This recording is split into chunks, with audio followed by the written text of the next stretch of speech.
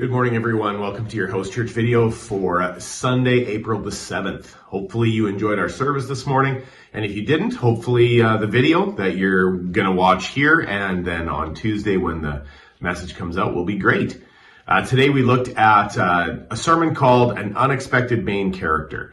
And we talked about the man that Jesus healed at the pool of Bethesda out of John chapter 5.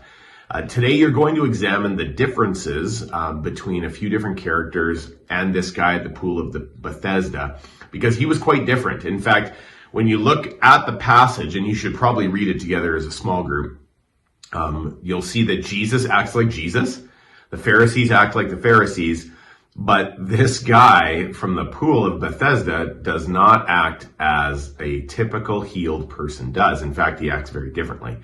And it's good to be able to examine and compare why he acts differently. I think it comes down to the embittered state of his heart.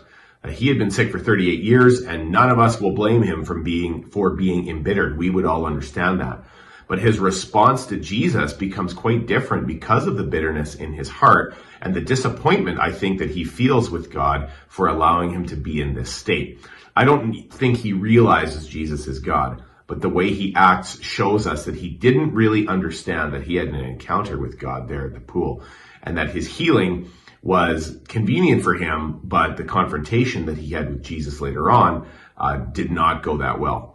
So as you look at those different points, just think about how we are in our own hearts. I think a lot of times we would consider ourselves to be pretty noble, pretty grateful, pretty happy people that Jesus has healed us. But I think a lot of times we have a lot of disappointment in our hearts too, and it would be good to examine why that disappointment is there so that we can deal with it, at least from a human side. Obviously, we need to invite the Holy Spirit in, and I hope you discover that as you go through the material today. God bless. Have a great house church.